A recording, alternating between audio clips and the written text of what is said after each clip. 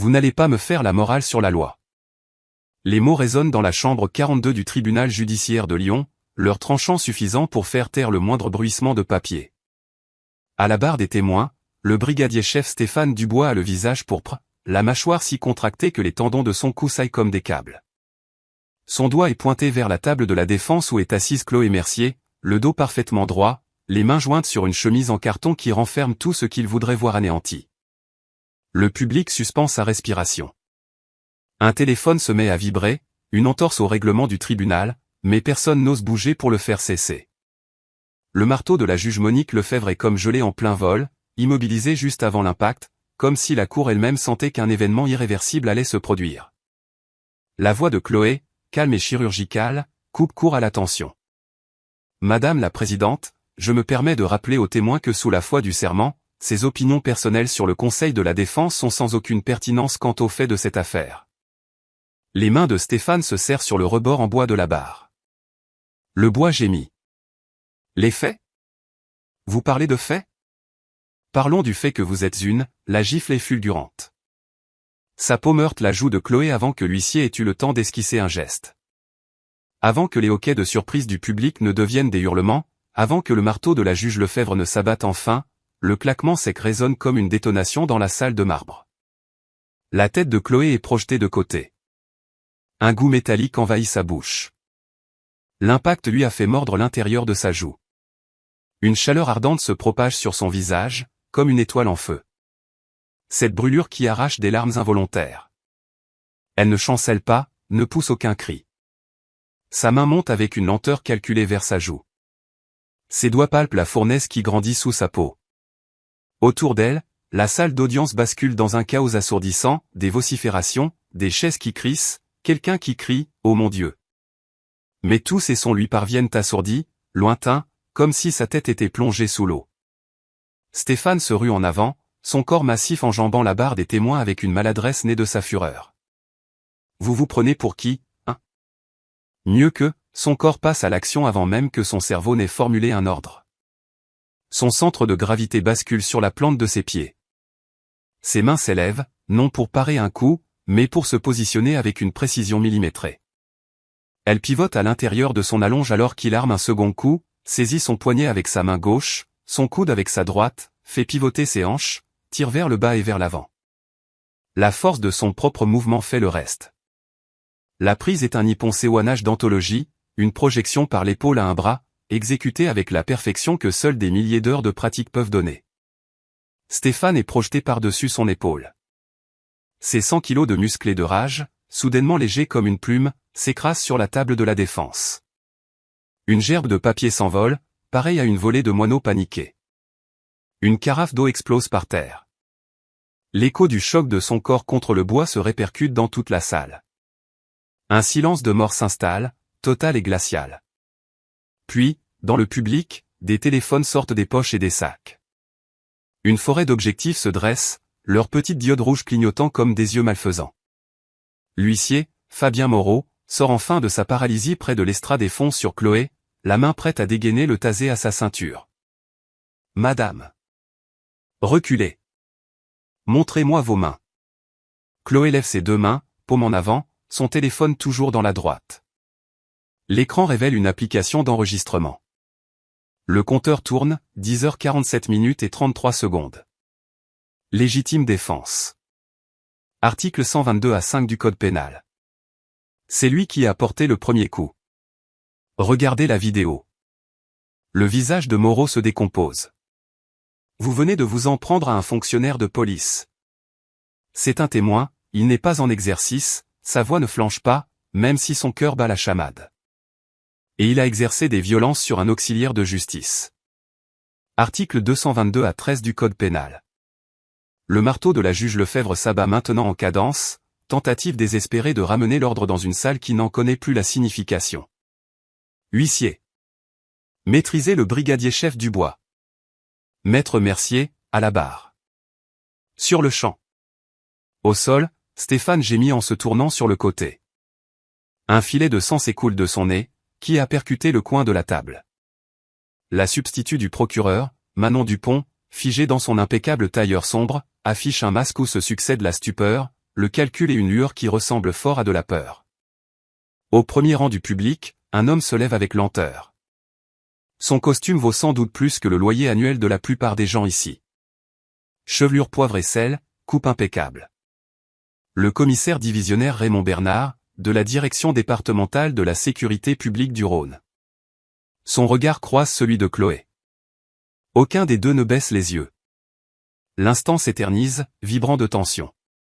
Pour la première fois depuis 6 ans, Chloé lui adresse un sourire. 72 heures plus tôt, son cabinet du centre-ville de Lyon embaumait le papier jauni et le café fraîchement moulu. Ce parfum était devenu celui de sa vie depuis qu'elle s'était installée à son compte, 3 ans auparavant. Le soleil filtrait à travers les lamelles des stores, dessinant des rayures sur les piles de dossiers méthodiquement alignés sur son bureau. Les avocats spécialisés en droit pénal ont rarement des bureaux avec vue. Mais Chloé avait appris à savourer les petites victoires.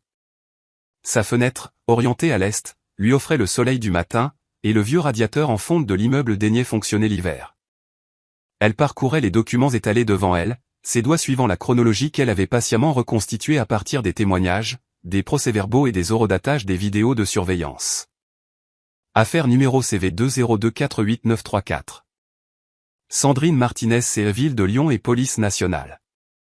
La plaignante, une femme de ménage ayant élevé seule 3 enfants avec un salaire de misère, attaquait en justice pour l'arrestation de son fils, une interpellation qui lui avait coûté une clavicule fracturée et une condamnation pour outrage et rébellion. Le policier mis en cause, le brigadier-chef Stéphane Dubois. Ce nom l'avait fait marquer un temps d'arrêt quand elle avait accepté le dossier. Léa Girard, son associée, la spécialiste du cabinet en matière de liberté publique, l'avait percé à jour. « Tu le connais ? On a été collègues.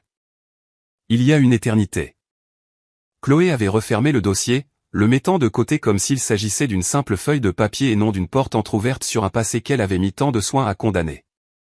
Mais à 3 jours du procès, impossible d'ignorer cette porte plus longtemps. Dans le tiroir de son bureau, elle conservait un objet depuis 6 ans. Une coupure de presse, pliée et repliée, aux bords usés, dont le titre barrait la page, un policier quitte ses fonctions en pleine enquête interne. Sa propre photo, granuleuse, la dévisageait. Plus jeune, en uniforme, cet uniforme qu'elle avait été si fière de revêtir chaque matin. Léa se profila dans l'encadrement de la porte, 2 tasses de café à la main, ses pas étouffés par la fine moquette. Diplômée de l'École nationale de la magistrature, son esprit était un scalpel capable de disséquer la moindre jurisprudence. Surtout, elle n'avait jamais, pas une seule fois, demandé à Chloé les raisons de son départ de la police, se contentant de sa réponse évasive. Le procès, c'est lundi. Léa posa une tasse sur le bureau et s'assit sur un coin. Prête à te mesurer à tes anciens collègues ? Cette vie est derrière moi. La phrase était devenue un réflexe, une réplique qu'elle avait rodée au fil des ans. Le regard de Léa glissa vers le tiroir du bureau, mal refermé. La coupure de journal dépassait, tel un reproche silencieux. Elle ne fit aucune remarque, se contenta de boire son café et de changer de sujet. La famille Martinez arrive à 14 heures. Madame Martinez veut qu'on revoie la chronologie ensemble. Chloé acquiesça et sortit les photos des scellés. Elle les classa par heure, puis par numéro de dossier, une manie que Léa avait observée sans jamais la commenter.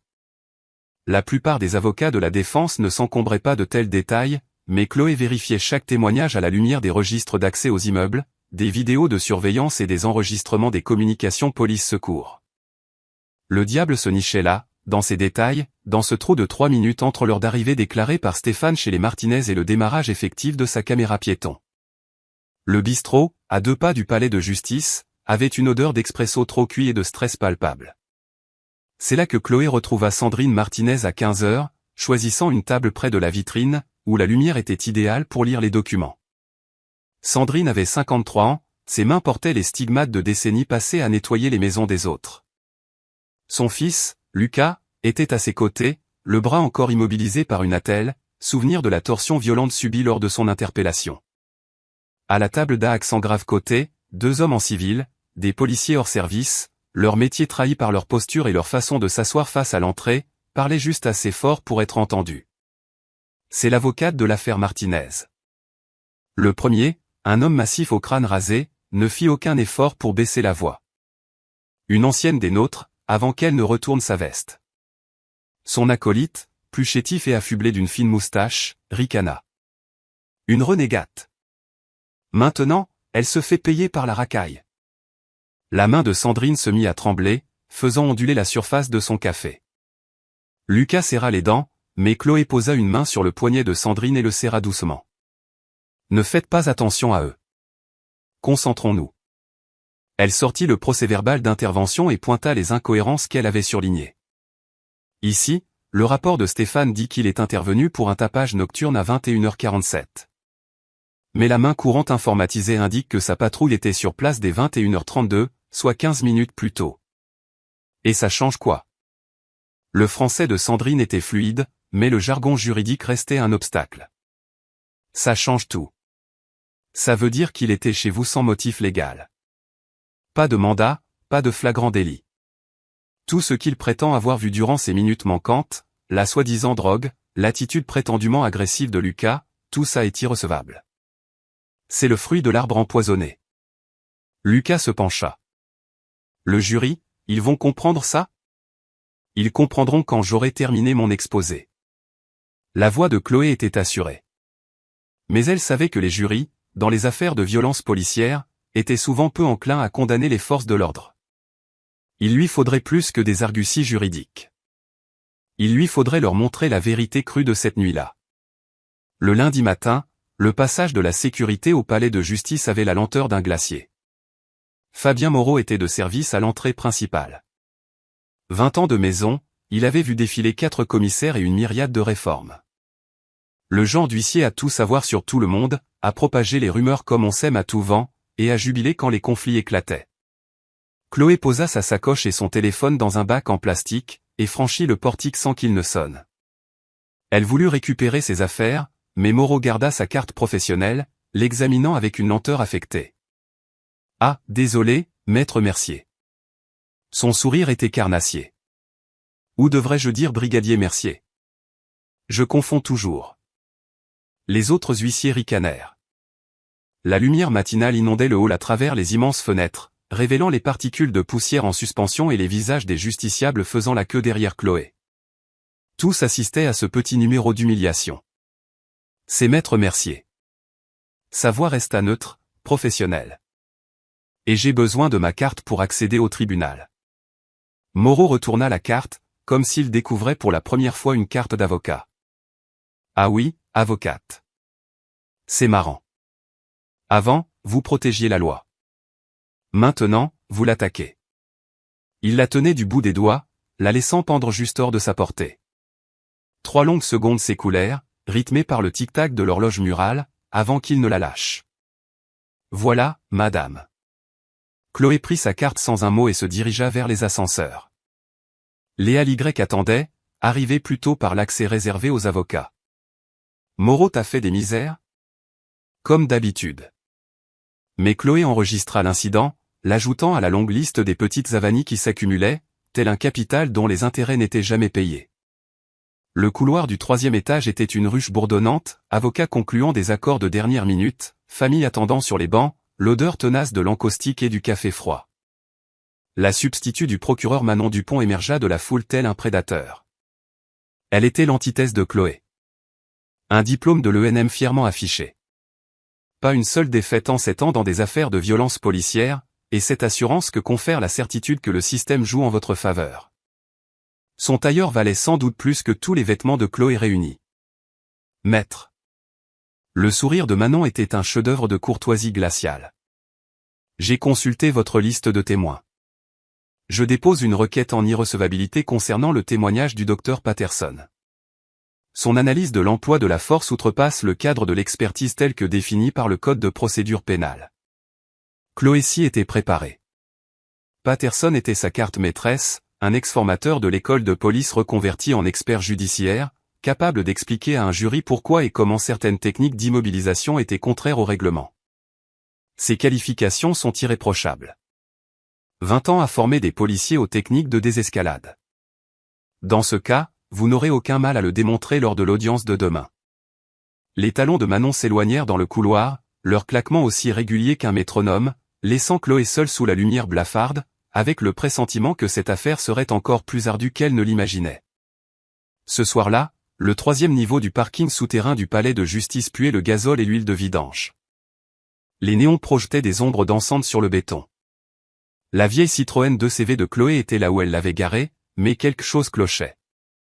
Elle était affaissée, penchée sur le côté. Chloé s'approcha prudemment, téléphone en main, l'appareil photo déjà enclenché. Les 4 pneus étaient crevés. Des entailles nettes, faites au couteau, pas l'œuvre d'un vandale ordinaire.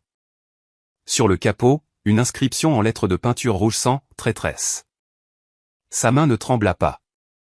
Elle prit des photos sous tous les angles, documentant les coupures, la peinture, la caméra de surveillance dans le coin, dont le voyant rouge était curieusement éteint. Elle ouvrit l'application de notes de son téléphone, y ajouta le niveau du parking, l'heure et l'emplacement de la caméra. Un réflexe professionnel, vestige d'une autre vie. Le niveau était désert. Le tintement lointain d'un ascenseur. Chloé resta là, dans le halo vacillant de la lumière, à contempler le mot peint sur sa voiture, et sentit le poids familier de la solitude lui tomber sur les épaules. Voilà ce qui arrivait quand on brisait le pacte du silence. Voilà le prix à payer. Elle commanda un VTC et rentra. Le sommeil fut long à venir.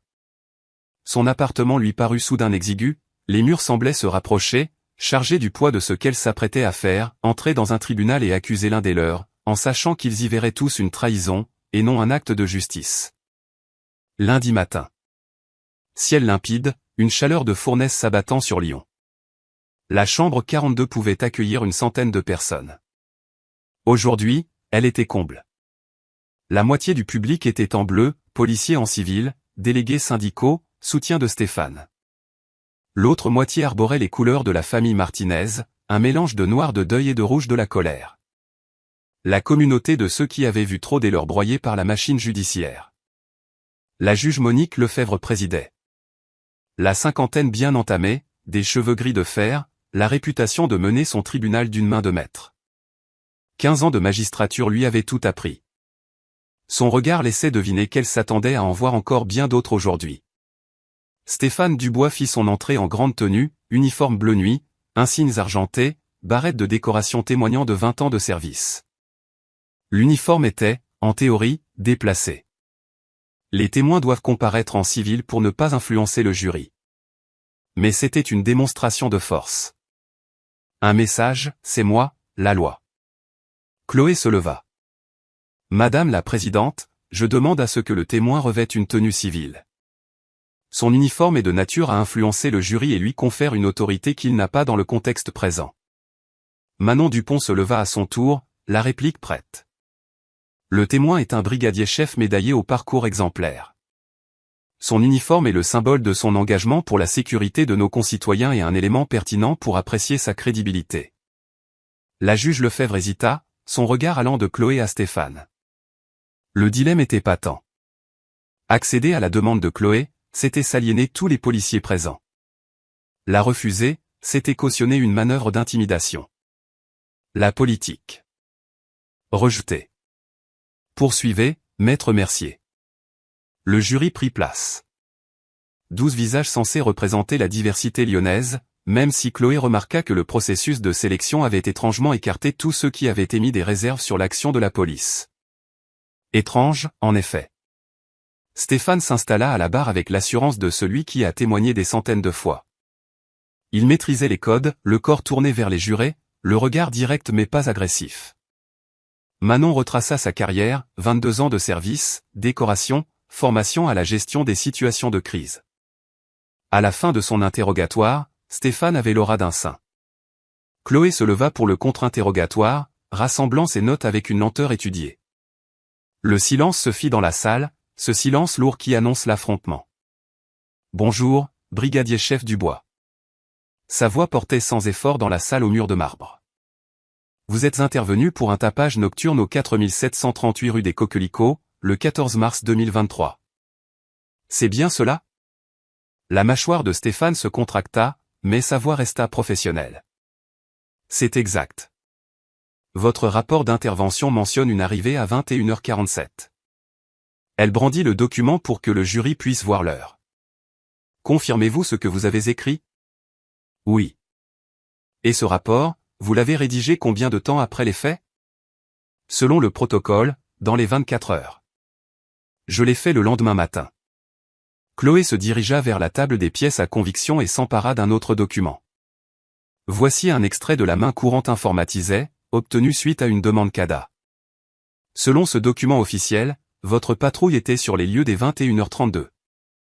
Soit 15 minutes avant l'heure indiquée dans votre rapport. Pouvez-vous nous expliquer cette différence? Les mains de Stéphane se crispèrent sur le rebord de la barre. Un muscle tressaillit sur sa mâchoire. Une erreur de transcription. J'ai dû me tromper en recopiant les chiffres. Une erreur de transcription. Chloé laissa la phrase en suspens.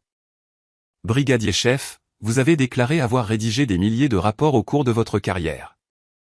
Combien d'entre eux comportaient des erreurs de transcription sur l'heure d'arrivée? Objection. Non pertinent. Manon était debout. Cela touche à la crédibilité du témoin, Madame la Présidente. Si le témoin commet fréquemment des erreurs dans ses écrits professionnels, le jury a le droit de le savoir. La juge Lefebvre opina. Rejeté. Répondez, brigadier chef. Le visage de Stéphane vira au rouge brique. Je ne tiens pas la comptabilité de mes erreurs mineures. Erreur mineure. Chloé s'approcha de la barre, assez près pour voir la sueur perler sur sa lèvre supérieure. Pendant ces 15 minutes manquantes, entre 21h32, votre heure d'arrivée réelle, et 21h47, l'heure que vous déclarez, où étiez-vous? J'observais la situation depuis l'extérieur. Pendant 15 minutes? C'est une mesure de sécurité élémentaire. On ne fonce pas tête baissée dans une situation potentiellement dangereuse. Pourtant, aucune trace d'une demande de renfort durant cette période. Aucune communication radio, aucune mention dans votre rapport de ce que vous auriez observé qui justifiait une telle prudence. Elle fit une pause pour laisser le jury mesurer la portée de ses paroles. À moins que vous n'ayez été à l'intérieur de la maison des Martinez, sans mandat? Les jointures de Stéphane blanchirent sur le bois. J'avais des raisons suffisantes pour entrer. En vertu de quel article du Code? Le flagrant délit. Pourriez-vous nous citer le texte de loi précis qui justifie un flagrant délit dans une affaire de tapage nocturne? Manon se leva. Objection. Cela relève de l'interprétation juridique. Il invoque une justification légale pour pénétrer dans un domicile sans mandat, Madame la Présidente. J'ai le droit de vérifier le fondement de cette justification. Le visage de la juge Lefebvre indiquait qu'elle voyait clair dans le jeu, mais qu'elle était tenue de le laisser se dérouler. Rejeté. Répondez, brigadier chef. Le visage de Stéphane passa par toutes les couleurs de l'arc-en-ciel avant de virer au violet. Je n'ai pas de compte à vous rendre. Au contraire. Sous serment, vous en avez. La voix de Chloé était toujours aussi calme, presque badine. Laissez-moi vous rafraîchir la mémoire. Le code de procédure pénale est très strict sur les conditions du flagrant délit. Il faut des indices apparents d'un crime ou d'un délit qui se commet ou qui vient de se commettre. Le bruit de la musique, rapporté par des voisins, ne constitue pas un tel indice, n'est-ce pas? Vous n'allez pas me faire la morale sur la loi. Stéphane se leva d'un bond, sa masse faisant paraître la barre des témoins minuscules. L'huissier s'agita, mais n'intervint pas. Le marteau de la juge claqua. Brigadier chef, rasseyez-vous. Mais Stéphane était hors de contrôle. Son doigt accusateur se tendit vers Chloé. C'est elle qui devrait être sur le banc des accusés. C'est elle qui a fait disparaître des preuves dans l'affaire Diallo. Ce fut l'explosion. Des cris fusèrent du public. Le jury sembla pétrifié. La juge martela la table de son maillet, le bruit des coups se mêlant au vacarme ambiant. Chloé resta de marbre, son expression impénétrable, malgré le sang qui battait à ses tempes. Madame la Présidente, dit-elle calmement, je demande à ce que cette déclaration, sans rapport avec les faits et diffamatoire, soit retirée des notes d'audience. Accordé, la voix de la juge trancha le brouhaha. Le jury ignorera la dernière déclaration du témoin. Brigadier chef Dubois, asseyez-vous sur le champ où je vous fais placer en détention pour outrage à la cour. Mais Stéphane avait déjà quitté la barre, marchant d'un pas décidé qui poussa l'huissier à enfin se saisir de sa radio. Fabien Moreau parlait à toute vitesse, demandant des renforts, mais son regard sur Stéphane, qui approchait de la table de la défense, trahissait une sorte de jubilation anticipée. Stéphane arriva à la balustrade qui séparait le prétoire du public. Sans s'arrêter, il l'enjamba avec une agilité surprenante pour sa corpulence. Des papiers volèrent. Quelqu'un hurla. Il était maintenant à moins d'un mètre de Chloé, assez près pour qu'elle sente son haleine chargée de café et qu'elle voie les fins capillaires éclater dans le blanc de ses yeux. « Brigadier chef, retournez à votre place. » Sa voix ne trembla pas, même si tout son être lui criait de reculer, de mettre de la distance, de se protéger. Sinon quoi? Sa main s'éleva. Elle la vit venir. Elle vit la trajectoire de sa paume vers son visage. Elle la vit, mais ne bougea pas. Parce qu'il y a des moments où il faut laisser les gens montrer leur vrai visage. La gifle fut si violente que sa tête pivota. Le goût de sang emplit sa bouche. Le hoquet collectif du public lui parvint comme un son étouffé, assourdi par le sifflement dans ses oreilles. Elle porta lentement la main à sa joue, sentant la brûlure s'étendre sous ses doigts. Et dans cet instant de suspension, juste avant que le chaos ne se déchaîne, elle songea à toutes les fois où cela avait dû arriver, à des gens qui ne savaient pas se défendre. Stéphane se jeta sur elle à nouveau, aveuglé par la rage. « Tu te crois meilleur que moi. Tu as bousillé ta carrière, et maintenant tu veux bousiller la mienne ?» Son corps réagit d'instinct. Des années d'entraînement prirent le pas sur la peur. Elle pivota à l'intérieur de son allonge alors qu'il attaquait, saisit son poignet, son coude. Une rotation rapide et nette des hanches. Une traction vers le bas et l'avant. Son poids devint son pire ennemi. Son élan, sa perte. La prise était parfaite. Hypon-séoanage, la projection par l'épaule. Et Stéphane Dubois, 100 kilos de fureur brute, vola par-dessus son épaule pour s'écraser sur la table de la défense. La carafe d'eau vola en éclats, les papiers se dispersèrent comme des confettis. Son nez heurta le bois de la table dans un craquement sinistre qui fit frémir plusieurs jurés. Le silence qui suivit fut total, ce silence qui s'installe quand la violence a fait voler en éclats le vernis de la civilisation. Puis, des téléphones s'élevèrent de la foule, une forêt d'objectifs aux lumières rouges clignotantes. Moreau se précipita, la main sur son tasé. « Madame, à terre !» Les mains en évidence. Chloé leva les deux mains, paumes ouvertes. Son téléphone était toujours dans sa main droite. L'application d'enregistrement affichait 10h47 et 33 secondes. Légitime défense. Article 122A5 du Code pénal. C'est lui qui a frappé. La vidéo le prouve. Le visage de Moreau passa par toute une gamme d'émotions avant de se figer dans une colère défensive. Vous venez de commettre une agression sur un policier. Il est ici en tant que témoin, pas en service. Et il a agressé un avocat dans l'exercice de ses fonctions. C'est l'article 222A13. Sa voix était ferme, même si ses mains commençaient à trembler sous l'effet de l'adrénaline. Je demande à ce que l'agression soit consignée dans le procès-verbal d'audience. Le marteau de la juge tomba comme un coup de tonnerre. Huissier, placez le brigadier chef Dubois en cellule de dégrisement. Maître Mercier, à la barre. Madame la substitut, vous aussi. Immédiatement. La discussion qui s'ensuivit à la barre fut menée à voix basse, mais chaque mot était chargé de violence. La juge Lefebvre, penchée en avant, siffla « Maître, vous venez de projeter un policier à travers le mobilier de ma salle d'audience. Il m'a frappé, Madame la Présidente. J'ai usé de la force strictement nécessaire pour me défendre. » La joue de Chloé était douloureuse, mais elle se tenait droite. Manon saisit l'occasion. C'est un motif de nullité du procès. Le jury est irrémédiablement partial. Le témoin de l'accusation a commis un crime en pleine audience. Chloé se tourna vers Manon. Ce n'est pas un motif de nullité. C'est un motif pour son arrestation et la remise en cause de sa crédibilité. La juge Lefebvre ferma les yeux un instant, paraissant soudain son âge. Je suspends la séance. Huissier, conduisez le brigadier chef Dubois au dépôt. Maître Mercier, vous ne quittez pas le palais tant que nous n'aurons pas recueilli votre déposition. Madame la substitut, prévenez le parquet que nous avons un problème. Chloé retourna à sa place. Léa la regardait, les yeux ronds, un stylo suspendu au-dessus de son bloc-notes. C'était inévitable. Chloé ramassa les feuilles éparpillées et les remit en ordre. Ses mains tremblaient encore un peu, mais elle les maîtrisa. Il a montré au jury son vrai visage. La zone de garde à vue du palais de justice avait l'odeur âcre du désinfectant et de la peur. Chloé fit sa déposition dans une salle sans fenêtre à la brigadier-chef Patricia Dubois de l'IGPN, une femme d'une quarantaine d'années au regard las et aux manières prudentes de celle qui en a trop vu et pas assez dit.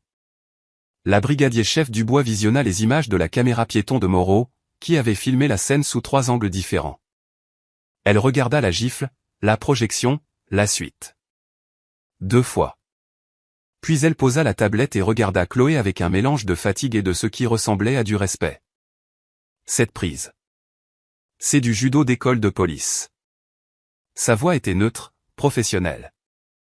Où avez-vous appris ça? Dans un cours de self-défense. Le mensonge était bien rodé, fruit de des années de pratique. Je vois. Un cours de self-défense. La brigadier-chef Dubois n'insista pas, mais son regard en disait long. Elle nota quelque chose dans son carnet, puis releva la tête. Entre nous, Stéphane Dubois a 3 plaintes pour violence illégitime dans son dossier. 2 classées sans suite, une validée, mais sans aucune sanction. Cet incident pourrait être celui qui le fera tomber. Je ne cherche pas à briser sa carrière. C'était vrai.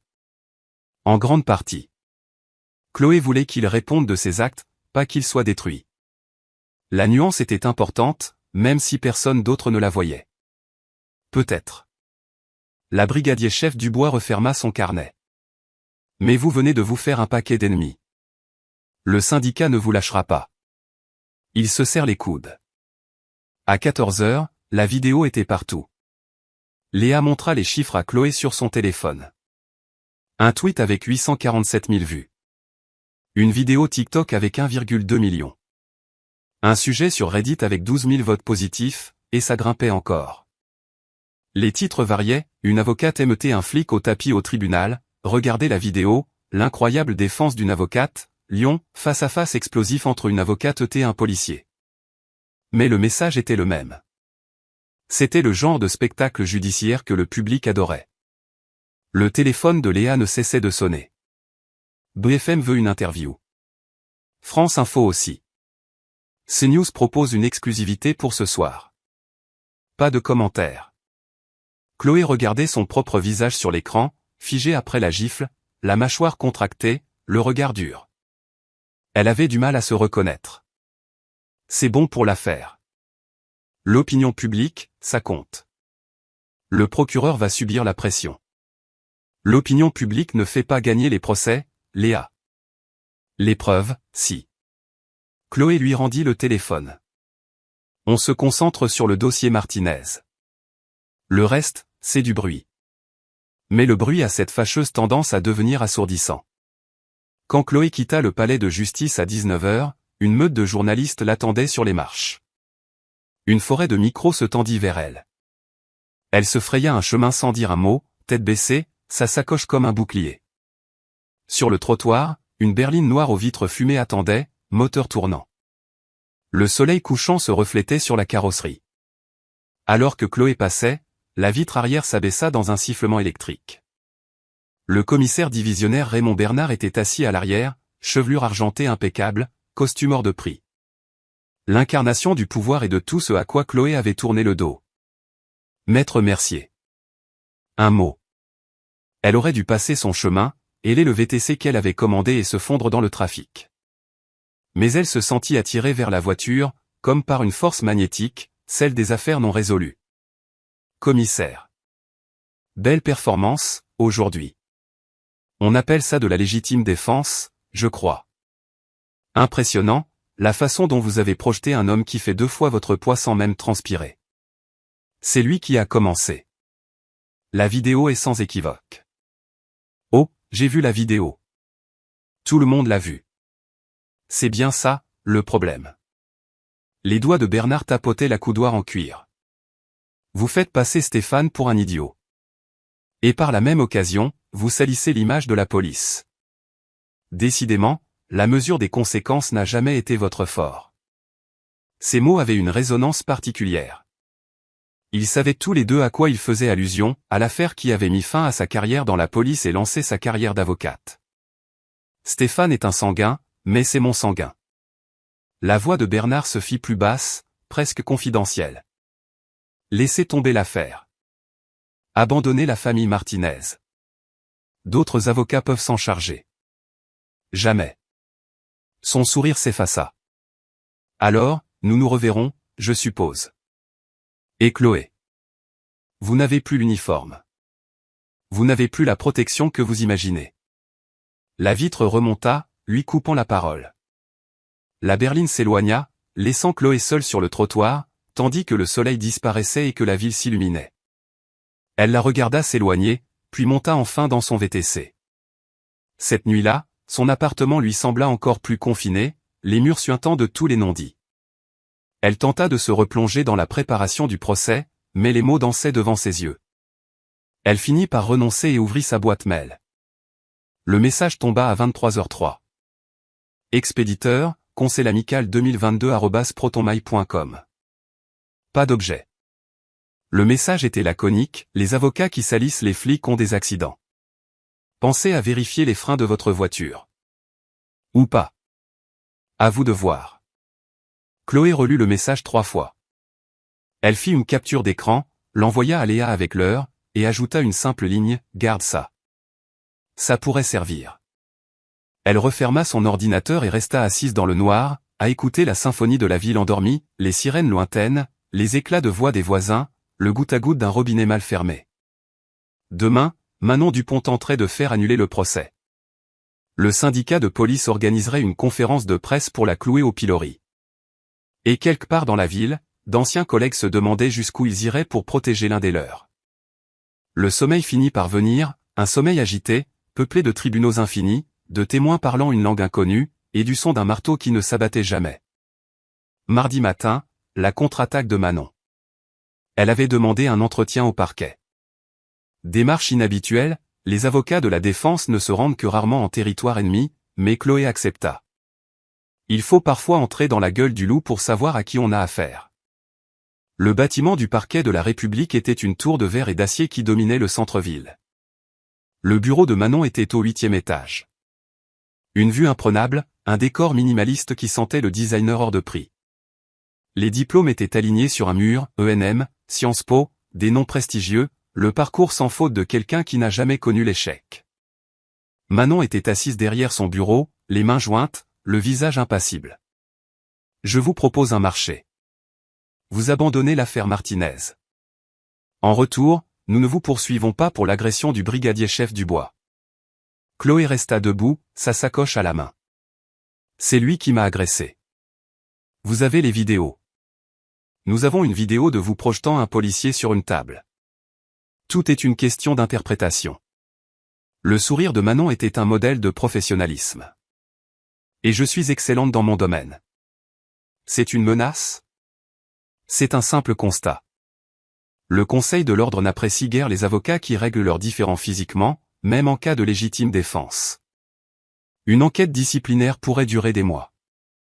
Pendant ce temps, vous seriez suspendu. Vos clients en pâtiraient. Votre cabinet serait en difficulté. Elle fit une pause pour laisser ses paroles infuser. Ou alors, vous abandonnez cette affaire et vous reprenez le cours de votre vie. La main de Chloé se crispa sur la poignée de sa sacoche. Les marchés qui m'obligent à trahir mes clients ne m'intéressent pas. Dans ce cas, j'espère que votre assurance professionnelle est solide. Manon se leva, signifiant la fin de l'entretien. Une dernière chose. Votre dossier administratif à la police nationale. Il fait l'objet d'une demande de communication. Je tenais à ce que vous le sachiez. La nouvelle la frappa de plein fouet. Les dossiers administratifs sont confidentiels, sauf demande express, et même dans ce cas, de nombreuses informations sont occultées. Si quelqu'un fouillait dans son dossier, c'est qu'il voulait savoir pourquoi elle avait démissionné. Qui a fait la demande ? Le sourire de Manon se fit plus acéré. Un demandeur anonyme. Mais le commissaire Bernard m'a mis en copie de l'autorisation de communication. Le monde est petit. Chloé partit sans un mot de plus. Dans l'ascenseur qui l'a ramené au rez-de-chaussée, son esprit tournait à plein régime. S'il sortait son dossier, l'affaire Diallo referait surface. Sa plainte contre Bernard serait exposée, les raisons pour lesquelles Stéphane avait été chargé de l'enquête, les raisons pour lesquelles sa plainte avait été classée sans suite, tout cela ferait la une des journaux. Cette nuit-là, seule dans son appartement, Chloé ouvrit enfin le tiroir qu'elle évitait. Sous la coupure de journal jauni, il y avait autre chose, quelque chose qu'elle n'avait pas regardé depuis des années. Une photo. Elle, à 29 ans, en uniforme, aux côtés de Stéphane Dubois. Souriant, fier, arborant les médailles de la nomination au policier de l'année 2018. La porte s'ouvrit sans bruit. Léa était là, l'inquiétude se lisant sur son visage. « Tu ne m'as jamais dit que vous étiez coéquipiers. » C'était il y a très longtemps. Chloé referma le tiroir, mais il était trop tard. Le passé l'avait rattrapé. Que s'est-il passé? La question resta en suspens, chargée du poids de 6 années de silence. Chloé regarda son associée, son amie, celle qui n'avait jamais insisté pour avoir des réponses qu'elle méritait pourtant. Les mots sortirent avec peine, comme si elle extrayait les éclats d'une vieille blessure. J'ai découvert que pour certains, l'insigne compte plus que le serment. Léa attendit, comprenant que c'était parfois tout ce qu'on pouvait dire. Elle n'insista pas, se contenta d'un hochement de tête et sortit, refermant doucement la porte. Chloé resta dans le noir, la photo gravée dans son esprit. Elle et Stéphane, côte à côte, croyant se battre pour la même cause, avant qu'elle ne découvre que la loyauté peut être une arme, que le silence peut être une exigence, et que choisir la vérité contre la corporation faisait de vous un paria. L'enveloppe Chronopost arriva le mercredi après-midi, épaisse et lourde. Chloé la signa et l'ouvrit avec la précaution d'un démineur. À l'intérieur, demande CADA numéro 2024 à 2194, accordé. Le dossier IGPN de Stéphane Dubois, largement caviardé, mais suffisamment lisible pour se faire une idée. 2017, plainte pour usage excessif de la force. Classé sans suite. 2018, plainte pour contrôle au faciès. Classé sans suite. 2019, plainte pour falsification de preuves. Confirmé. Blâme. Détails occultés. Enquêteur, occulté. Chloé fixa cette dernière ligne. Le nom de l'enquêteur occulté, c'était inhabituel. Normalement, il est public. Sauf si l'enquêteur est lui-même mis en cause dans une autre affaire. Elle chercha le rapport d'enquête, mais les pages avaient été retirées. Ne restait que la page de garde. Léa apparut derrière elle. Ils ont masqué le nom de l'enquêteur. Ce n'est pas la procédure. Non. Chloé nota quelque chose sur son téléphone. Sauf si l'enquêteur fait l'objet d'une autre enquête. Ou si quelqu'un de très haut placé a voulu couvrir ses traces. Ou les deux. Léa s'assit. C'était quelle affaire? Falsification de preuves en 2019. 2019. L'année où Chloé avait quitté la police. L'année de la mort de Kylian Diallo. L'année où tout avait basculé. Elle ne le dit pas, mais Léa était assez fine pour comprendre. Les archives du palais de justice se trouvaient au sous-sol, un dédale de rayonnage métallique sentant le papier et la poussière. La greffière en chef Thérèse Bertrand y régnait depuis 30 ans. Elle avait connu l'époque où tout était sur papier, où un dossier mal classé était un dossier perdu. Chloé lui présenta sa demande de communication des images de la caméra piéton de Stéphane dans l'affaire Martinez. Thérèse l'examina avec la méfiance de celle qui a tout vu. Il faudra quelques jours. Elle apposa un tampon daté de 3 jours plus tard. Les enregistrements sont stockés à l'extérieur, maintenant. Restrictions budgétaires. Le Code des relations entre le public et l'administration prévoit un délai d'1 mois, mais autorise une procédure accélérée en cas d'urgence. La voix de Chloé était polie, mais ferme. L'expression de Thérèse se fit plus secrète. Elle jeta un regard circulaire, puis se pencha vers Chloé. Entre nous, quelqu'un a déjà demandé ces images la semaine dernière. Le fichier est revenu corrompu. De la neige et des écrans noirs. Qui? Officiellement, je ne peux rien dire. Son regard balaya à nouveau la pièce. Mais c'était quelqu'un de l'IGPN.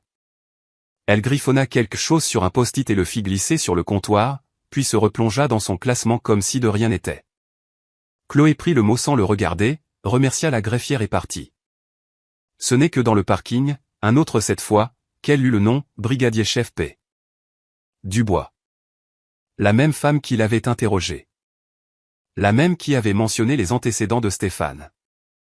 Chloé composa le numéro que la brigadier-chef Patricia Dubois lui avait laissé. 3 sonneries. Dubois. Brigadier-chef, Chloé Mercier. Il paraît que vous avez demandé les images de la caméra piéton de l'affaire Martinez. Un silence, puis un bruit de feuilles qu'on retourne. Oui. Pour mon enquête sur l'agression au tribunal. Et oui, le fichier était corrompu. Étonnant, non? Qui gère le stockage? Le service des scellés. Mais il y a un hic. La voix de la brigadier-chef Dubois se fit plus basse. J'ai vérifié les registres. Les images ont été consultées 3 fois. 2 fois par le chef de service, pour maintenance. Et 1 fois par quelqu'un avec un accès administrateur. Le cœur de Chloé s'accéléra. Qui a un accès administrateur? Les officiers supérieurs. Les commissaires divisionnaires, et le directeur. Un autre silence. Écoutez, je ne devrais pas vous dire ça. Si ça se sait. Ça ne se saura pas. Mais il me faut ce registre. Il vous faut une ordonnance du juge. Mais en théorie, si quelqu'un déposait la bonne requête avec les bons numéros de dossier, ces registres devraient être produits. Elles parlèrent encore quelques minutes, en termes codés. Quand Chloé raccrocha, elle avait la certitude qu'un haut gradé avait fait disparaître ou corrompre les images de la caméra de Stéphane. La preuve avait été détruite. Léa l'attendait au bistrot, l'air grave. J'ai creusé du côté du commissaire Bernard. Elle tourna son ordinateur vers Chloé. Un tableur affichait les liens entre des dons à des campagnes électorales et l'attribution de marchés publics. Une toile d'araignée financière tissée sur 5 ans. 2020, Bernard donne 50 000 € pour la réélection du maire. 6 mois plus tard, le budget de la police de Lyon est augmenté de 8%. 2022, une association caritative présidée par la femme de Bernard reçoit 200 000 € de subvention. 3 mois plus tard, Bernard est promu commissaire divisionnaire. 2023, le syndicat de police, où Bernard siège au conseil, donne 75 000 € pour la campagne de Manon Dupont au poste de procureur. C'est légal, dit Chloé. À la limite. Mais ça explique pourquoi Dupont le couvre. Elle a une dette envers lui. Le syndicat l'a fait élire. Ils peuvent la défaire tout aussi facilement. Léa referma son ordinateur. Cette affaire dépasse de loin le simple cas de Stéphane Dubois. C'est tout un système qui se protège. Cette nuit-là, tard au bureau, Chloé reçut un autre email.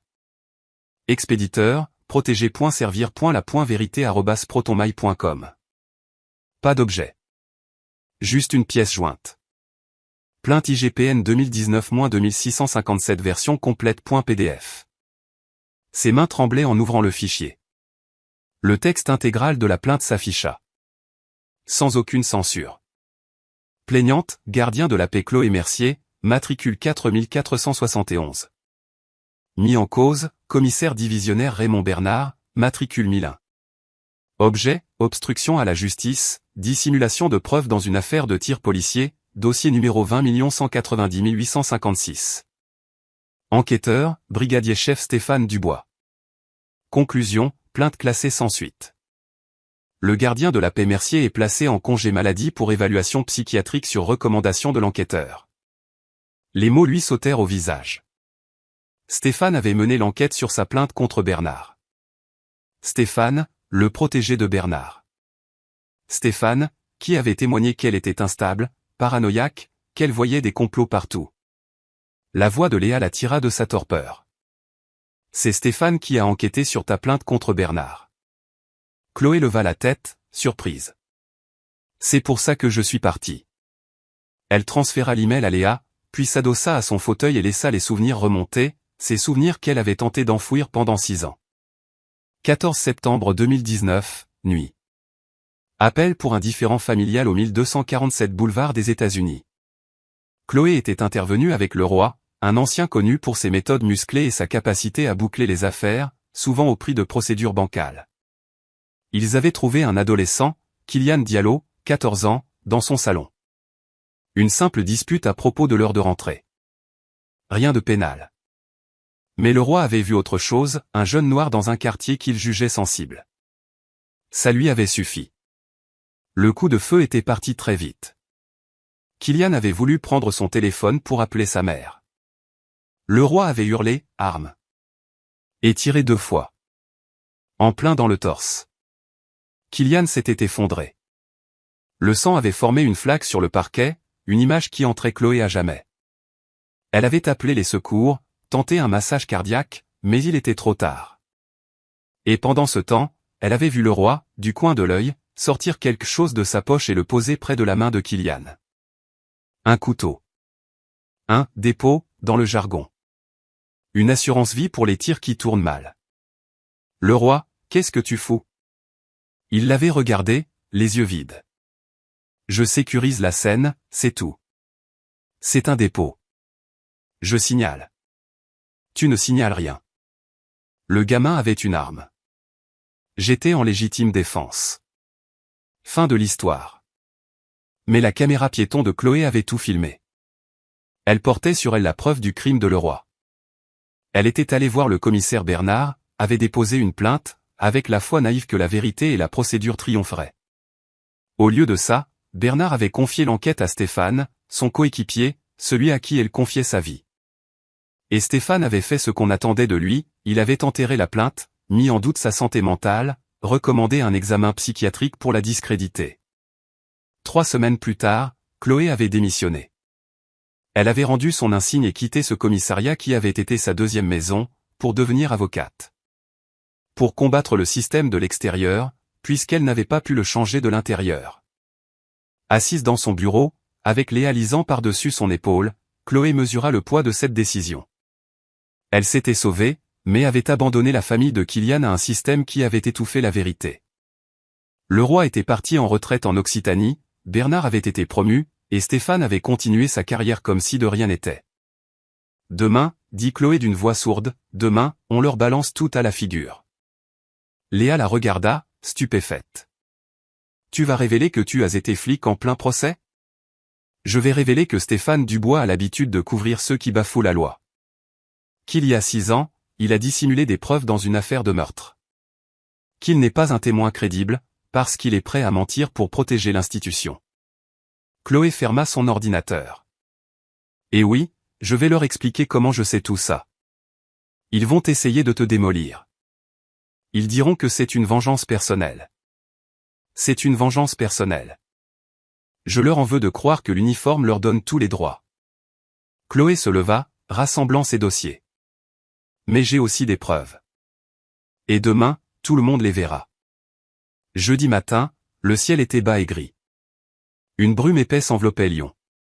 Chloé choisit sa tenue avec soin, un tailleur sombre, un chemisier blanc.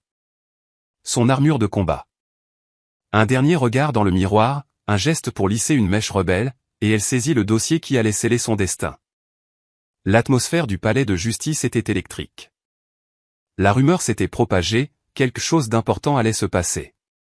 Le public était plein à craquer, les journalistes massés au fond. Stéphane était assis à la table de l'accusation, la mâchoire contractée, un pansement sur le nez. Il ne regarda pas Chloé. Ses mains étaient crispées sur les accoudoirs de son fauteuil. Le commissaire Bernard était au premier rang, à sa place habituelle, dans une position de domination. Il était venu avec des renforts, 3 hommes en costume, sans doute les avocats du syndicat. À 9 heures précises, la juge Lefebvre ouvrit la séance. L'audience reprend dans l'affaire Martinez. Avant d'examiner la requête en nullité, y a-t-il des questions préliminaires? Chloé se leva. Madame la Présidente, j'ai de nouveaux éléments à verser au débat, qui concernent directement la crédibilité du témoin. Manon bondit. Objection. Nous sommes en plein contre-interrogatoire.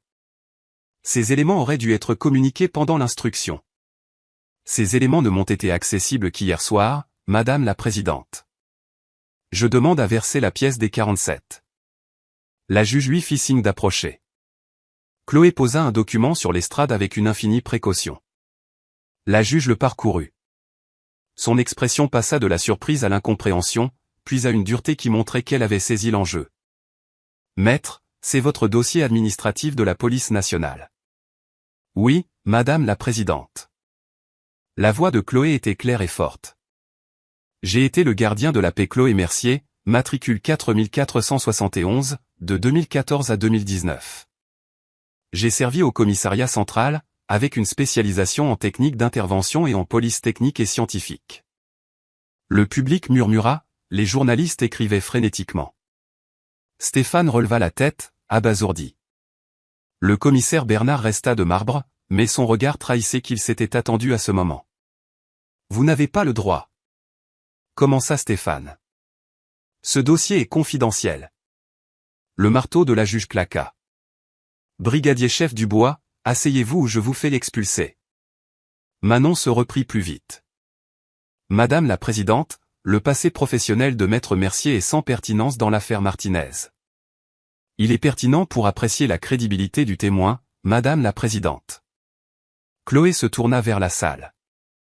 Le brigadier-chef Dubois a été mon formateur en 2017. Et en 2019, il a été l'enquêteur de l'IGPN qui a enterré ma plainte contre le commissaire Bernard. Elle se dirigea vers la table des pièces à conviction. Je demande à verser la pièce des 48, la plainte IGPN 2019 à 2657, dans sa version non expurgée. Le vidéoprojecteur s'alluma. Le texte de la plainte s'afficha, lisible par tous.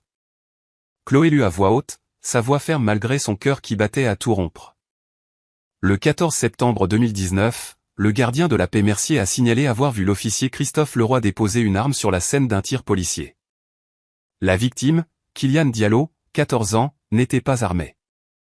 La plainte du gardien de la paix Mercier alléguait que le commissaire Bernard avait ordonné d'étouffer l'affaire et avait demandé à l'enquêteur de classer la plainte sans suite. Un souffle parcourut le public. Sandrine Martinez porta la main à sa bouche, en larmes. Les journalistes n'écrivaient plus, ils téléphonaient à leur rédaction. Le brigadier-chef Dubois a été chargé de l'enquête. Conclusion, plainte classée. Manque de preuves. Mais voici ce qu'il a oublié de mentionner dans son rapport. Chloé afficha un autre fichier. Hier soir, j'ai reçu une copie des images de ma propre caméra piéton du 14 septembre 2019. Des images qui avaient prétendument disparu pendant l'enquête de l'IGPN. Manon était debout. Objection. La chaîne de possession n'est pas établie. C'est peut-être. Je ne la présente pas comme une preuve dans ce procès, Madame la présidente. Chloé regardait la juge. Je l'utilise pour mettre en cause la crédibilité du témoin. Si le brigadier-chef Dubois a menti dans l'enquête sur ma plainte, le jury doit savoir qu'il est capable de falsifier des rapports officiels. La juge Lefebvre s'adossa, les doigts sur les tempes. Le dilemme était de taille. Accepter, c'était ouvrir une boîte de Pandore qui paralyserait le tribunal pendant des semaines. Refuser, c'était protéger un policier potentiellement véreux. Je l'autorise, dit-elle enfin. Mais soyez prudente, maître. Vous marchez sur des œufs. L'écran s'éteignit, puis se ralluma sur les images de la caméra piéton. L'heure s'affichait, 14 septembre 2019, 21h34 17 secondes. La voix de Chloé commentait. Ce sont les images de la nuit de la mort de Kylian Diallo. 21h34. J'arrive au 1247 boulevard des États-Unis. On voyait la scène du point de vue de Chloé. La voiture de Leroy était déjà là. Elle sortit, s'approcha. On entendait des cris à l'intérieur. Une dispute familiale. 21h35 8 secondes. J'entre et je vois l'officier Leroy dans le salon avec la victime. On voyait Kylian Diallo, un gamin terrifié, les mains en l'air. Leroy le tenait en joue. Kylian sortait lentement son téléphone de sa poche. Arme. Hurla Leroy. 2 détonations. Kylian s'effondra. L'image trembla, Chloé se précipitait, commençait un massage cardiaque.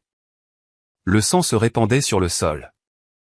21h35 14 secondes. La voix de Chloé était maintenant un murmure étranglé. L'officier Leroy sort un objet de sa poche et le place près de la main de la victime. La scène était d'une clarté terrible. Leroy s'accroupissant, sortant un couteau, le posant près des doigts de Kylian pour faire croire qu'il était armé. Leroy, qu'est-ce que tu fais? La voix de Chloé sur la bande, choquée. Je sécurise la scène. C'est tout. Le roi se releva, face à la caméra. C'est un dépôt. Je signale. La vidéo s'arrêta là, au moment où Chloé avait désactivé sa caméra, comme le voulait la procédure. Mais le mal était fait. La salle entière avait vu. Le silence était de plomb. Puis Stéphane explosa. Vous ne comprenez pas. C'est Bernard qui m'a ordonné de.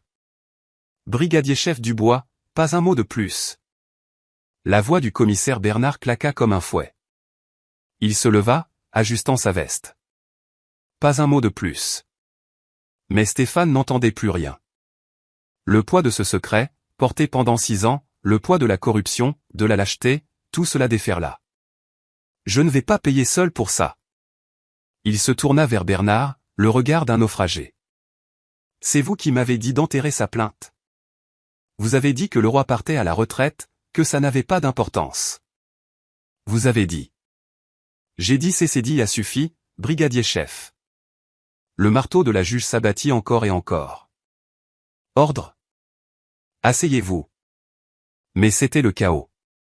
Les journalistes couraient vers la sortie, téléphone à l'oreille. La famille Martinez pleurait. Stéphane et Bernard se foudroyaient du regard. Chloé, à la table de la défense, observait la scène, et sentit quelque chose qu'elle n'avait pas ressenti depuis des années. Une justification. Pas une victoire, non, le combat était loin d'être fini. Mais la satisfaction d'avoir eu raison de se battre, de refuser le mensonge. Madame la présidente, dit-elle doucement, sa voix dominant le bruit, j'ai une dernière preuve à présenter. Le chaos se figea. Tous les regards se tournèrent vers Chloé. Elle se tenait là, la main sur sa sacoche, où se trouvait la dernière pièce du puzzle. L'enregistrement qui allait soit confirmer les aveux de Stéphane, soit permettre au commissaire Bernard de s'en sortir. Le marteau de la juge Lefebvre s'abattit encore 3 fois avant qu'un semblant de calme ne revienne. Maître Mercier, la cour vous écoute. Mais je vous préviens, au prochain incident, je fais évacuer. Entendu, madame la présidente. Chloé sortit son téléphone. Je demande l'autorisation de produire un enregistrement que j'ai réalisé il y a 3 jours, en vertu de l'article 226-1 du Code pénal, qui autorise l'enregistrement dans le but de prouver un crime. Manon Dupont secoua la tête. La loi française exige le consentement des 2 parties. Tout enregistrement est recevable s'il vise à prouver un crime ou un délit. Chloé la fixa. J'avais de sérieuses raisons de croire que le commissaire Bernard tentait d'entraver le cours de la justice. Cet enregistrement a été fait pour documenter ce délit. La juge tendit la main. Quand et où? Mardi soir, vers 19h05, dans le parking du palais. Le commissaire Bernard m'a abordé à ma sortie. Chloé lui tendit son téléphone. On voyait le fichier audio, avec la date et la durée, 3 minutes 47 secondes. C'est lui qui a engagé la conversation. J'ai activé l'enregistreur quand j'ai perçu ces paroles comme une menace. La juge brancha le téléphone sur le système de sonorisation. Un grésillement, puis des voix, étonnamment claires. L'écho du parking les amplifiait. D'abord Bernard, la voix posée. Maître Mercier. Un mot. Une pause, des bruits de pas, puis la voix de Chloé. Commissaire. Belle performance, aujourd'hui. On appelle ça de la légitime défense, je crois. Impressionnant, la façon dont vous avez projeté un homme qui fait 2 fois votre poids sans même transpirer. C'est lui qui a commencé. La vidéo est sans équivoque. Oh, j'ai vu la vidéo. Tout le monde l'a vue. C'est bien ça, le problème. Vous faites passer Stéphane pour un idiot. Et par la même occasion, vous salissez l'image de la police. Une autre pause, le bruit lointain d'une portière. Puis la voix de Bernard, plus proche. Stéphane est un sanguin, mais c'est mon sanguin. Laissez tomber l'affaire. Abandonnez la famille Martinez. Jamais. Le rire de Bernard était sec, sans joie. Alors, nous nous reverrons, je suppose. Et Chloé. Vous n'avez plus l'uniforme. Vous n'avez plus la protection que vous imaginez. L'enregistrement aurait pu s'arrêter là. Mais il continua. Un froissement de tissu. La voix de Bernard, plus basse, presque une conversation de menace. Stéphane ne sera pas le dernier que vous perdrez. Si la brigadier-chef Dubois continue à fouiner, elle pourrait bien se voir retirer définitivement son accès à la salle des scellés. Ce sont des choses qui arrivent, quand on ne comprend pas comment fonctionne le système. 5 secondes de silence. Puis la voix de Chloé. Est-ce que vous menacez une enquêtrice de l'IGPN? Je vous explique la réalité. L'affaire Diallo doit rester enterrée. Le roi est à la retraite en Occitanie, il se la coule douce. Même si vous mettiez la main sur le rapport balistique, ce qui n'arrivera pas, il ne collerait pas avec nos dépositions. On s'en est assuré. L'enregistrement se termina. Un silence de mort pesa sur la salle. Le commissaire Bernard était blême, sa superbe s'était envolée. Stéphane Dubois brisa le silence, la voix étranglée. Il a avoué. Vous l'avez tous entendu avouer. Bernard se tourna vers lui, les yeux lançant des éclairs. Toi, la ferme. Tu n'avais qu'une chose à faire. Te taire et laisser le syndicat s'en occuper. Mais tu n'as même pas été capable. Huissier. La voix de la juge était tranchante comme une lame. Placé en garde à vue le commissaire Bernard et le brigadier-chef Dubois. J'ordonne une enquête immédiate du procureur général au titre de l'article 11 du Code de procédure pénale pour dysfonctionnement grave du service de police. Fabien Moreau était pétrifié, partagé entre son devoir et sa loyauté. Sa main hésitait au-dessus de sa radio. Huissier Moreau, vous n'avez pas entendu mon ordre? Le ton de la juge était glacial. 2 gendarmes du tribunal apparurent. Ils se dirigèrent vers Bernard et Stéphane. Vous n'avez aucune autorité, balbutia Bernard, sans conviction. Il savait que dans sa salle d'audience, le juge est souverain. Je veux mon avocat. Vous en aurez un en temps voulu. La juge fit signe aux gendarmes. Article 434 à 4 du Code pénal, destruction de preuves. Article 451, association de malfaiteurs. Vous venez d'avouer les deux sur un enregistrement fait dans un lieu public. Les gendarmes passèrent les menottes à Bernard, qui se laissa faire avec une raideur digne. Stéphane subit le même sort, mais ses épaules étaient affaissées par la défaite. En sortant, il se retourna vers Chloé. Je témoignerai, dit-il assez fort pour être entendu. Contre tous. Le roi, Bernard, tous ceux qui ont trempé dans l'affaire Diallo. Parlez-en d'abord à votre avocat, répondit Chloé, sans animosité. Vous en aurez besoin. Le chaos reprit de plus belle. Les journalistes se ruaient vers la sortie. Sandrine Martinez pleurait dans les bras de sa fille. Lucas, les larmes aux yeux, répétait, il a avoué, maman. Il a avoué. Manon Dupont rangeait ses affaires, le visage cireux. Elle avait misé sur le mauvais cheval. Son téléphone sonnait sans arrêt. Au fond de la salle, la brigadier-chef Patricia Dubois croisa le regard de Chloé et lui fit un signe de tête. Un signe de respect, de solidarité, de soulagement. La juge attendit que le tumulte retombe. L'audience est suspendue jusqu'à lundi, 9 h. Madame la substitut, je vous saurai gré de prévenir le parquet qu'il devra nommer un remplaçant. Vous êtes dessaisie de l'affaire. La bouche de Manon s'ouvrit. Madame la présidente, je n'ai. Vous avez accepté des fonds pour votre campagne du syndicat qui protégeait ses policiers. C'est un conflit d'intérêts manifeste. Estimez-vous heureuse que je ne saisisse pas le Conseil supérieur de la magistrature? Le marteau de la juge tomba une dernière fois. L'audience est levée. 1 heure plus tard, Chloé était dans le bureau de la juge Lefebvre. Un bureau boisé, sentant le livre ancien et le café fort. La juge avait quitté sa robe, la rendant plus accessible. C'est la manœuvre la plus audacieuse que j'ai vue en 30 ans de carrière, dit la juge en lui servant un café. Je ne sais pas si je dois vous féliciter ou vous sanctionner. Je comprends, madame la présidente. Chloé prit la tasse, mais n'y toucha pas. Ses mains tremblaient encore. Le Conseil de l'ordre va se pencher sur votre cas. L'enregistrement, l'altercation. C'est très limite. La juge soupira. Ils vont chercher si vous avez manqué à vos obligations déontologiques en cachant votre passé. J'ai déclaré mon passé professionnel lors de ma prise de dossier. C'est dans les pièces. Mais vous ne l'avez pas dit à la partie adverse ni au tribunal. Le regard de la juge s'adoucit. Je ne dis pas que vous avez eu tort. Je dis que vous vous êtes fait des ennemis puissants, et qu'ils feront tout pour vous abattre. Chloé la regarda droit dans les yeux. Ils m'ont déjà abattu il y a 6 ans, Madame la Présidente. J'ai perdu ma carrière, ma retraite, ma foi. Que peuvent-ils me prendre de plus? Votre droit d'exercer. Votre liberté. La juge se pencha. Je connais ce système. Bernard va prendre les meilleurs avocats. Stéphane va négocier sa peine en témoignant contre lui. Le syndicat criera à l'incident isolé et promettra des réformes qui n'auront jamais lieu. Et au milieu de tout ça, c'est vous qui passerez pour la méchante, l'ex-flic aigri. J'aurais dû me taire, alors? Non. Le mot était chargé de toute l'amertume d'une vie passée à voir la justice bafouée. Vous avez fait exactement ce qu'il fallait. Mais n'attendez aucune reconnaissance. Ne vous attendez pas à ce que le système change. La justice est lente, sale et imparfaite.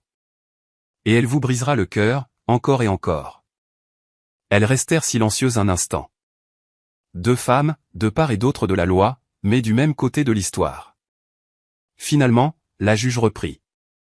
Pour ce que ça vaut, si j'avais été là en 2019, je vous aurais cru. Ces mots touchèrent Chloé plus qu'elle ne l'aurait cru. Elle cligna des yeux pour chasser les larmes. Merci, Madame la Présidente. Dehors, c'était le délire. Une nuée de journalistes, de caméras, de micros. Maître Mercier, pourquoi avoir caché votre passé? Êtes-vous en mission pour faire tomber la police? Que va-t-il se passer pour Kylian Diallo?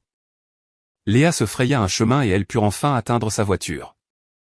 À l'intérieur, à l'abri du chaos, Léa dit, ton téléphone explose. Toutes les associations de défense des droits de l'homme veulent te parler. Dis-leur que je ne réponds pas. Chloé ferma les yeux, la tête contre la vitre froide. BFM propose 50 000 € pour une interview exclusive. Non. Chloé, c'est une occasion unique. Je ne veux pas être une star. Je veux que la famille Martinez obtienne réparation. Je veux que la famille Diallo sache enfin la vérité. Elle ouvrit les yeux et regarda la ville défiler. Le reste, c'est du bruit. Elles roulèrent en silence. Et maintenant? Demanda Léa en se garant. Maintenant, on attend. Le procureur général va enquêter. Ça prendra des mois. Les avocats de Bernard vont tout faire pour bloquer la procédure. Chloé ne bougea pas.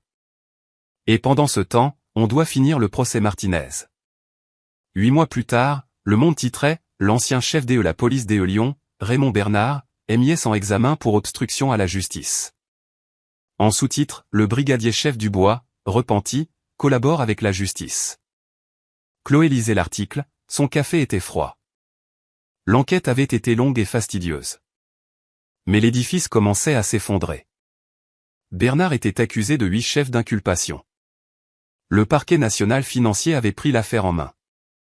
Le procès aurait lieu dans plus d'1 an. Stéphane Dubois, comme prévu, avait négocié sa peine. Il purgerait 3 à 5 ans, perdrait sa retraite, ne serait plus jamais policier. Son avocat parlait de profonds remords. Christophe Leroy avait été retrouvé en Occitanie. La procédure d'extradition était en cours, mais ses avocats la contestaient. Manon Dupont avait été mutée à des affaires mineures et avait annoncé qu'elle ne se représenterait pas. Fabien Moreau avait été transféré au tribunal de police. Un simple déplacement de pion. L'affaire Martinez s'était conclue par une transaction de 4,2 millions d'euros. Sandrine Martinez avait créé une fondation au nom de son fils. Lucas était en fac de droit. Le courrier du matin contenait une lettre du Conseil de l'ordre. La plainte contre elle était classée sans suite. Elle la posa et se remit au travail. Les dossiers s'accumulaient. Des familles en quête de justice, des policiers qui se croyaient au-dessus des lois. Le téléphone n'arrêtait pas. Elle et Léa avaient dû embaucher 2 collaborateurs. Mais le travail semblait plus léger. Elle avait prouvé que le système n'était pas invincible. Un coup à la porte. La brigadier-chef Patricia Dubois, en civil. « Je ne dérange pas ?» Son sourire était timide. « Entrez. Un café ? » Volontiers. Elles discutèrent prudemment. Patricia Dubois avait témoigné contre Bernard, avait fourni des éléments clés. Elle avait enfin fait ce qu'elle aurait dû faire 6 ans plus tôt. On dit que vous êtes pressenti pour le prix de l'avocat de l'année, dit-elle. J'ai refusé. Pourquoi? Je ne fais pas ça pour les prix. Je le fais parce qu'il y a 6 ans, j'étais seul. Je ne veux pas que ça arrive à d'autres. Chloé but son café. Les prix ne changent pas le système. Les preuves, oui. Les témoignages, oui. Les gens qui risquent leur carrière pour la vérité. C'est ça qui change les choses. Patricia Dubois resta silencieuse, regardant les photos sur le mur. La famille Martinez. Kylian Diallo. D'autres clients, d'autres victoires. J'aurais aimé être plus courageuse, à l'époque, dit-elle enfin. Je savais que l'enquête de Stéphane était bidon. Mais j'ai eu peur de finir comme vous. Et maintenant? Je pense à faire du droit. Son sourire était teinté d'ironie. Si je ne peux pas changer le système de l'intérieur, peut-être que je peux le faire de votre côté. Elles se quittèrent sur un simple hochement de tête. Certains ponts se reconstruisent lentement. Ce soir-là, Chloé travaillait tard. Un nouvel email arriva vers 19h30. Expéditeur, protégé.servir.la.vérité@protonmail.com. Objet, un dernier détail. Contenu, le roi n'était pas seul. Vérifiez la caméra de l'unité 47. Elle était là avant vous. Quelqu'un d'autre a tout vu. Chloé relut le message. Unité 47. Elle consulta le dossier Diallo. Unité 47, brigadier chef S. Dubois. Arrivé sur les lieux à 21h31. 3 minutes avant elle. 3 minutes avant le tir. Les implications étaient vertigineuses. Si Stéphane était là avant, il avait vu le tir. Il avait vu le roi déposer le couteau. Il n'avait pas seulement étouffé sa plainte. Il était complice depuis le début. Elle appela Léa, puis Patricia Dubois. Dubois. C'est Chloé Mercier. Vérifiez quelque chose pour moi. La caméra de Stéphane Dubois, unité 47, le soir de la mort de Diallo. A-t-elle été versée au dossier? Un bruit de clavier. 1 minute. Chloé faisait les 100 pas. Il a activé sa caméra à 21h28, dit enfin Patricia Dubois. Mais la vidéo ne commence qu'à 21h36, après le tir. La partie précédente est manquante. Combien de temps? 8 minutes. Un silence. Vous pensez comme moi? Stéphane a tout vu. Il était là. Il a vu le roi tirer, déposer le couteau. Il était complice. Et quand vous avez porté plainte, il a tout enterré pour se sauver, pas seulement pour couvrir Bernard et le roi. La voix de Patricia Dubois était un mélange de colère et de fatalisme. Son accord de plaider coupable ne mentionne rien de tout ça. On peut avoir la vidéo originale? Aucune chance. Le fichier a été consulté par un administrateur la veille de son rapport. Même mode opératoire que pour votre caméra. Corrompu, irrécupérable. Chloé s'arrêta. Qui avait les droits d'administrateur en 2019? Les officiers supérieurs. Et Stéphane lui-même, il venait d'être promu. Le puzzle se mit en place. Stéphane avait détruit les preuves qui l'accablaient. Il s'était protégé, lui, avant tout. Ça remet en cause son accord de plaider coupable, dit Chloé. Il a menti sous serment. Vous voulez demander l'annulation de l'accord? Chloé hésita. Stéphane était un témoin clé contre Bernard. L'annuler, c'était risquer de tout perdre. Mais le laisser s'en tirer. Justice contre stratégie. La vérité contre l'efficacité. L'éternel dilemme. Pas encore, dit-elle. Mais rassemblez tout. S'il flanche, on aura de quoi le faire tomber. Elles raccrochèrent. Chloé retourna à son ordinateur. L'email anonyme était toujours là. Elle le sauva, le copia, l'envoya à Léa. Puis elle commença à rédiger une lettre au parquet national financier. Pas une plainte. Un avertissement. Surveillez Stéphane Dubois. Il ne vous a pas tout dit. Le ministère de la Justice avait lancé une enquête sur les pratiques de la police de Lyon. Le rapport préliminaire parlait de « défaillance systémique ». Un euphémisme pour dire que la corruption était généralisée. La nouvelle directrice promettait des réformes. Chloé avait déjà vu ça. Les institutions ont la peau dure. Mais chaque victoire compte. Son téléphone vibra. Un SMS de Sandrine Martinez. Merci. Lucas a été reçu en fac de droit. Il veut être comme vous. Chloé sourit. Dites-lui d'être meilleur. La nouvelle génération doit toujours l'être. Une semaine plus tard, Chloé était à l'inauguration de la maison des jeunes Kylian Diallo pour la justice. Le centre social sentait le propre et l'espoir. Sandrine Martinez l'avait invitée. La mère de Kylian, Valérie Diallo, était là, vêtue de bleu, la couleur de son fils. Elle avait vieilli de 10 ans. Le chagrin avait creusé son visage.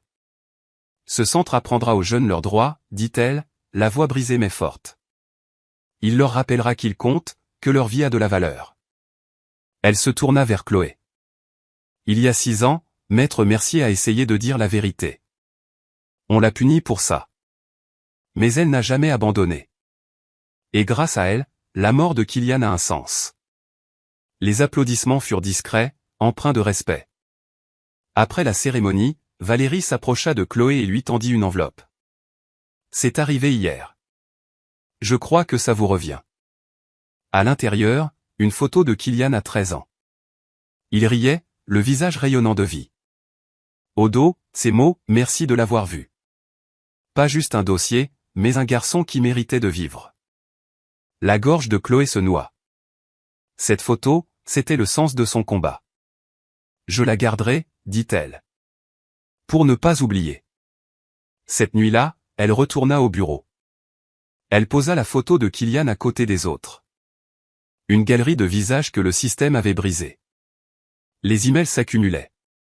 D'autres familles, d'autres injustices. Le travail ne finissait jamais.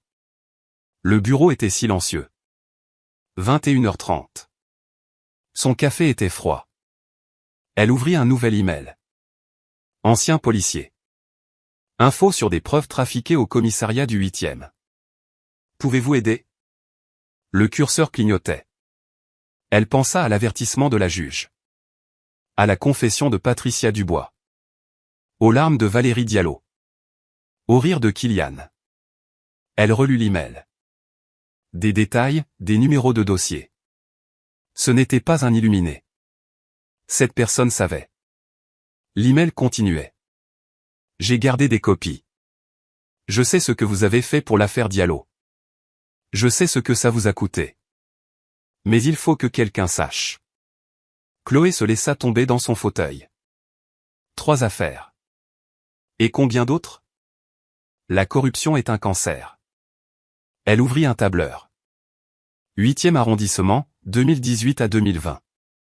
Des preuves qui disparaissent. Le même schéma. Quelqu'un à l'intérieur aidait. Et maintenant, cette personne voulait parler. Elle tapa sa réponse. Oui, parlons. Voici mon numéro sécurisé. Elle cliqua sur envoyer. Demain serait un autre jour de combat. Son téléphone vibra une dernière fois. Un SMS d'un numéro inconnu. L'unité 47 n'était pas la seule. Vérifiez la main courante pour les unités en attente à proximité. Quelqu'un écoutait tout. Chloé s'arrêta, relut le message. Unité en attente. Des renforts positionnés à proximité. Elle consulta la main courante sur son téléphone, trouva la ligne qu'elle avait négligée. Unité 23 en attente à États-Unis Viviani. Superviseur de service. Superviseur. Elle vérifia les affectations de cette nuit-là. Unité 23, superviseur, le commissaire Raymond Bernard. Pas encore directeur, mais déjà en position de tout contrôler. La vérité la frappa. Bernard n'avait pas seulement couvert l'affaire. Il était là. Pas sur la scène, mais assez près pour tout entendre à la radio. Pour intervenir, pour prendre le contrôle. Pour orchestrer la dissimulation. Elle consulta les horodatages. L'appel de Leroy à 20h47. Bernard se positionne à 20h49. Le coup de feu à 21h35.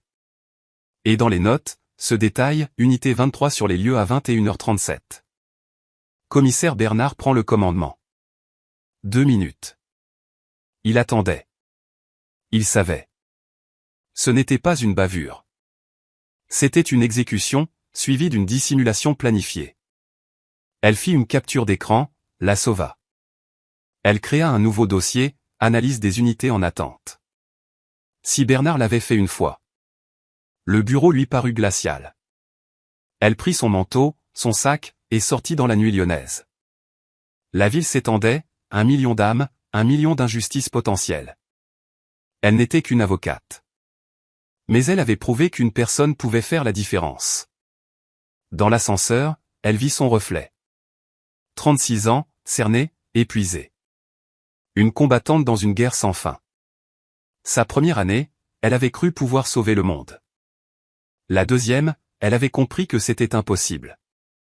La troisième, elle avait accepté de sauver qui elle pouvait, sachant que la machine à broyer ne s'arrêterait jamais. C'est ça, qui brise le cœur. Pas les défaites, mais la certitude que chaque victoire n'est qu'un prélude à la bataille suivante. Demain, elle creuserait la piste des unités en attente. Elle parlerait au PNF. Elle prendrait l'affaire du 8e arrondissement. Le travail ne serait jamais fini. Le système ne cesserait jamais de se protéger. Et elle ne cesserait jamais de se battre. Derrière elle, les lumières de la maison des jeunes Kylian Diallo brillaient, une lueur d'espoir. Devant, dans l'obscurité, la prochaine bataille l'attendait. Elle monta dans sa voiture et s'engagea dans la circulation. La radio parlait de l'affaire Bernard, se demandant si cela changerait enfin les choses. Chloé savait que non. Les systèmes ne se transforment pas. On les force à évoluer, millimètre par millimètre. Le vrai changement se mesure en décennies. Mais ce soir, en traversant cette ville qu'elle avait juré de protéger, d'abord comme policière, puis comme avocate, Chloé s'accorda un instant de satisfaction. Bernard serait jugé. Stéphane avait tout perdu. Leroy paierait. Et quelque part, un gamin qui aurait pu être le prochain Kylian Diallo apprendrait qu'il avait des droits, que sa vie comptait, que la justice, même tardive, même imparfaite, était possible. Elle pensa aux preuves manquantes, aux superviseurs en attente, aux emails qui suggéraient une corruption encore plus profonde.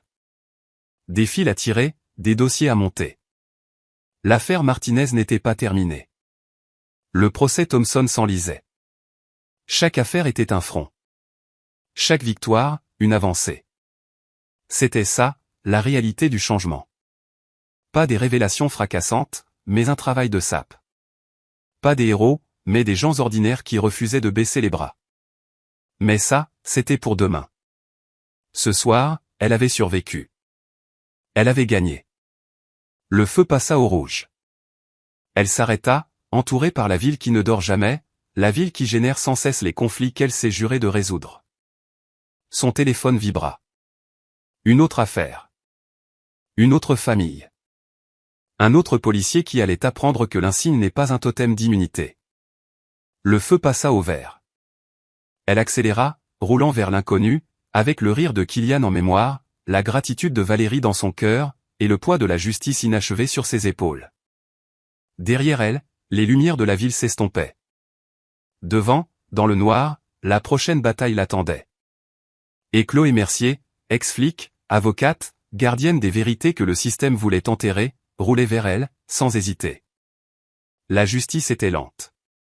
La justice était imparfaite. La justice vous brisait le cœur. Mais une fois en marche, elle était inarrêtable.